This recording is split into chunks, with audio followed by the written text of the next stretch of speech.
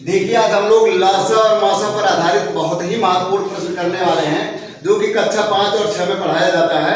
ठीक है, और ये जो प्रश्न है इतना इम्पोर्टेंट है कि कंपटीशन में भी पूछा जाता है। आपको पुलिस बनना है, रेलवे में जाना है, तो इस तरह का प्रश्न पूछता है।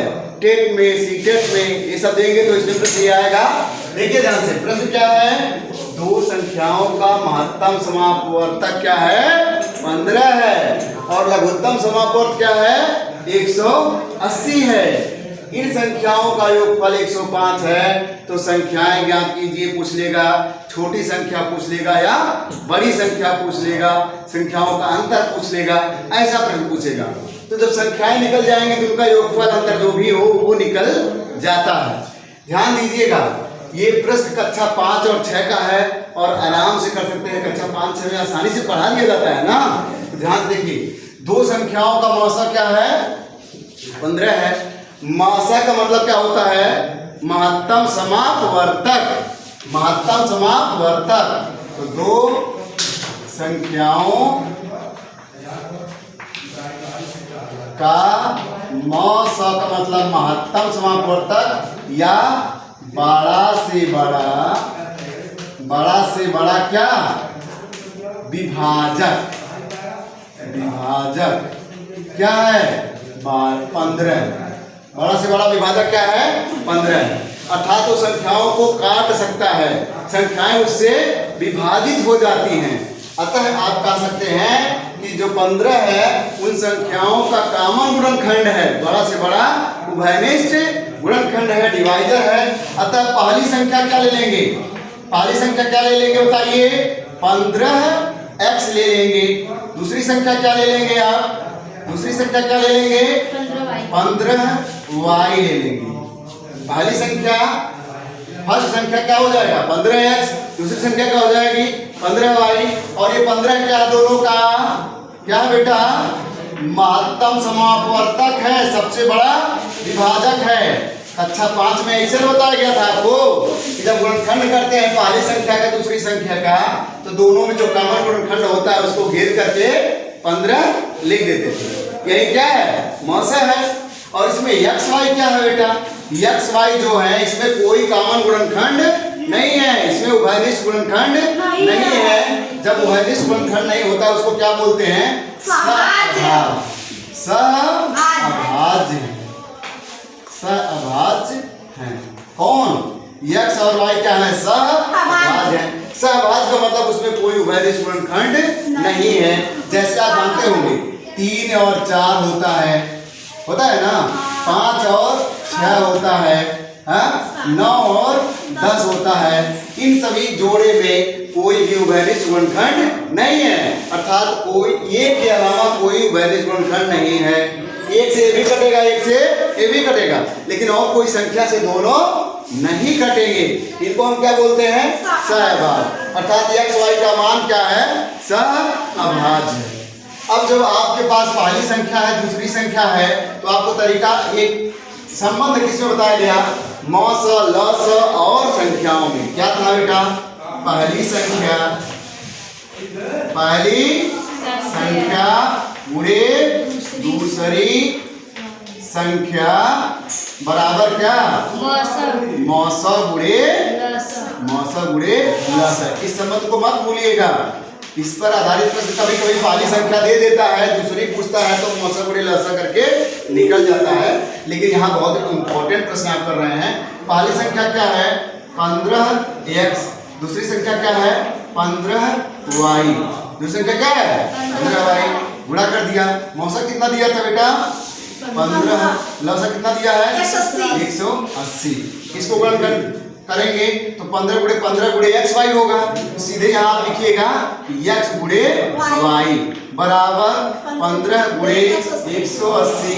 और ये जो 15 गुणे 15 है उसको सीधे इस समय पक्षांतर यहाँ ले जाके कर दीजिएगा, तो क्या हो जाएगा? 15 गुणे 15 नीचे आ जाएगा ना। एक पहला 15 तो ऐसे कैंसिल हो गया।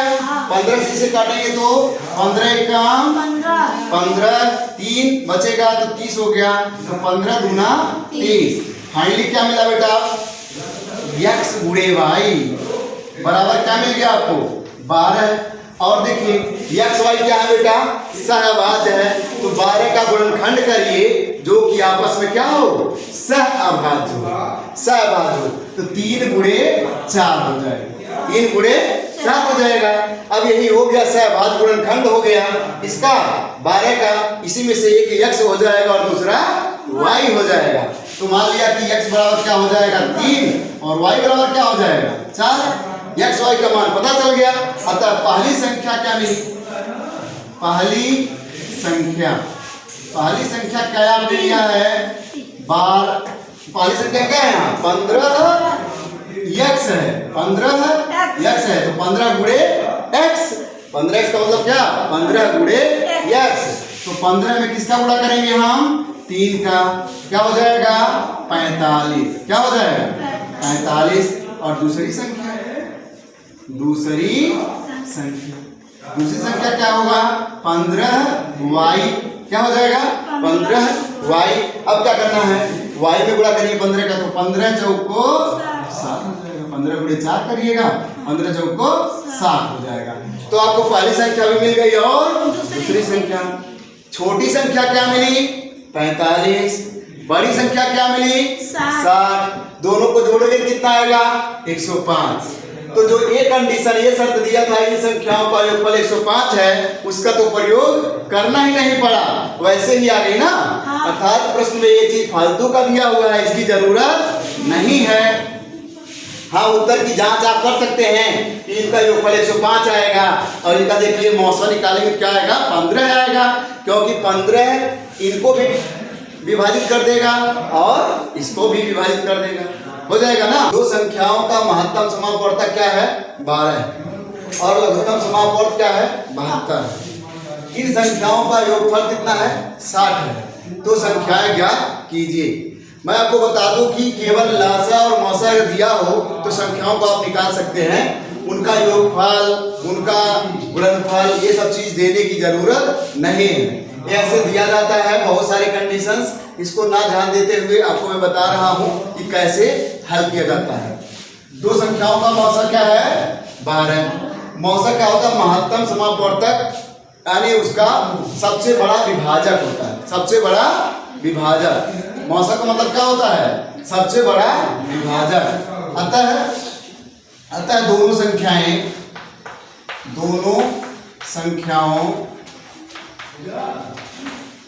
संख्याओं का है ना बड़ा से बड़ा विभाजक, बड़ा से बड़ा, महत्तम का मतलब बड़ा से बड़ा विभाजक क्या है, विभाजक मतलब जो उससे भाग देने पर काट देता हो। तो दोनों संख्याओं का विभाजक क्या है सबसे बड़ा 12 है, यानी 12 से दोनों संख्याएं कट जाती हैं। समझा रहा है ना। अतः पहली संख्या देखिए क्या लेंगे आप, पहली संख्या जो आप लेंगे वो 12x ले लेंगे। क्या ले लेंगे 12x, यानी 12 का क्या होगा वो मल्टीपल होगा, 12 का क्या होगा वो अपवर्त्य होगा। क्या होगा अपवर्त्य। तो 12x 12 से क्या होगा कट जाएगा। और दूसरी संख्या देखिए, दूसरी संख्या क्या हो जाएगा 12y होगा। क्या हो जाएगा 12y। आप जब देखिए जब इसका मौसा लिए होंगे आप, महत्तम समापवर्तक जब निकालते हैं क्या करते हैं गुणनखंड करते हैं ना, क्या करते हैं गुणनखंड। तो जो दोनों में रहता है उसको क्या करते हैं लिख लेते थे। तो मौसा क्या हो जाएगा 12, जहां x y क्या है सहअभाज्य हैं, सहअभाज्य संख्याएं क्या होती हैं बेटा, जो एक दूसरे में कोई भी कॉमन गुणनखंड नहीं रखती हैं। यानी अब इसमें से कोई भी, जैसे गिर रहे हैं कॉमन गुणनखंड ना, इसमें से कोई भी कॉमन गुणनखंड नहीं है, उभयनिष्ठ गुणनखंड नहीं, यानी x y किसी दूसरी संख्या से कट नहीं सकते हैं, सहअभाज्य क्या है सहअभाज्य संख्याएं। इसमें देखिए सहअभाज्य संख्याएं मतलब होती हैं दो संख्याएं जिसका उभयनिष्ठ गुणनखंड एक होता है, यानी किसी से वो दूसरे से नहीं कर सकती हैं। जैसे सहअभाज्य, जैसे देखिएगा समझिएगा सहअभाज्य क्या होता है, 5 हो गया 6 हो गया, ये क्या है सहअभाज्य है। देख रही है 3 हो गया 4 हो गया, ये क्या है सहअभाज्य है। ये एक दूसरे में कोई भी ऐसी संख्या नहीं है कि जो दोनों को आप काट सकती हो, यानी कॉमन गुणनखंड उसका नहीं है। इन्हीं को हम सहअभाज्य कहते हैं। क्या कहते हैं? सहअभाज्य। जैसे 9 और 10 हो गया, ये क्या है? सहअभाज्य है। एक दूसरे से काटना हो उनको किसी संख्या से तो दोनों नहीं कटेंगे, तो ये है इनमें कोई कॉमन गुणनखंड नहीं है। सहअभाज्य में समझ गए। अब यहाँ पर हम ये समझ रहे हैं दो संख्याएं हैं जिनका मौसा 12 है, अर्थात बड़ा से बड़ा डिवाइजर क्या है? 12 है। तो पहली संख्या या 12 गुणे x मान सकते हैं, दूसरी संख्या 12 गुणे y मान सकते हैं, जिसमें x y क्या रहेंगे? सहअभाज्य। सहअभाज्य। अब आइए, आप जानते हैं कि पहली संख्या गुणे दूसरी संख्या बराबर क्या होता है बेटा? महत्तम समापवर्तक गुणे लघुत्तम समापवर्त्य। लघुत्तम समापवर्त्य। अब क्या है? पहली संख्या क्या लिए है बेटा? 12x। दूसरी संख्या क्या लिए है? 12y बराबर मौसा कितना दिया है? 12। लौसा कितना दिया है बेटा? 72 दे दिया है। अब इसी को हल करने की जरूरत है। इसको जब गुणा करेंगे, देखिए x y यहाँ आ जाएगा, x गुणे y, और ये 12 जो गुणे 12 है इसको आप इधर ले जाके भाग दे दीजिए, तो क्या होगा? 12 गुणे 72, और ये गुणा है तो 12 कहाँ जाएगा? नीचे चला जाएगा। इधर क्या है? 12 का गुणा इधर जाएगा, क्या हो जाएगा? 12 से भाग, तो इससे भी भाग होगा और इससे भी भाग होगा। या तो आप 144 करके भाग दीजिए, ऐसे ही भाग दीजिए। ये 12 इससे क्या होगा? कट जाएगा। 12 से गुणा करिए तो 12 छक्का हो जाएगा 72। 12 छक्का हो गया 72। अब क्या आपको मिला? ध्यान से देखिएगा। अब आपको मिला कि x गुणे y बराबर क्या है? 6 है। x गुणे y बराबर क्या आ गया है?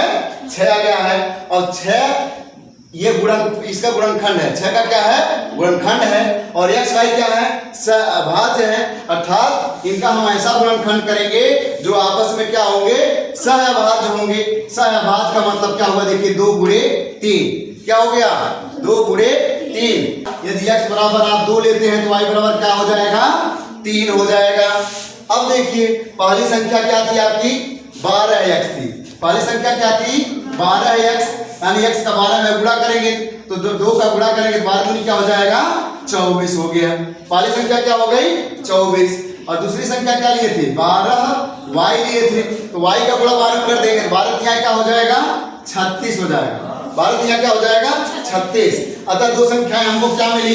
पहली संख्या जो मिल गई वो 24 मिल गई, और दूसरी संख्या जो मिली वो क्या मिल गई? 36 मिल गई। आसानी से मिल गई। इन दोनों का योगफल करेंगे, देखिए आ जाएगा। इन दोनों का योगफल क्या आ जाएगा? 60 आ जाएगा। तो ये बहुत ही आसान है, कक्षा 5 का है। इसमें ज्यादा समीकरण वगैरह बनाने की जरूरत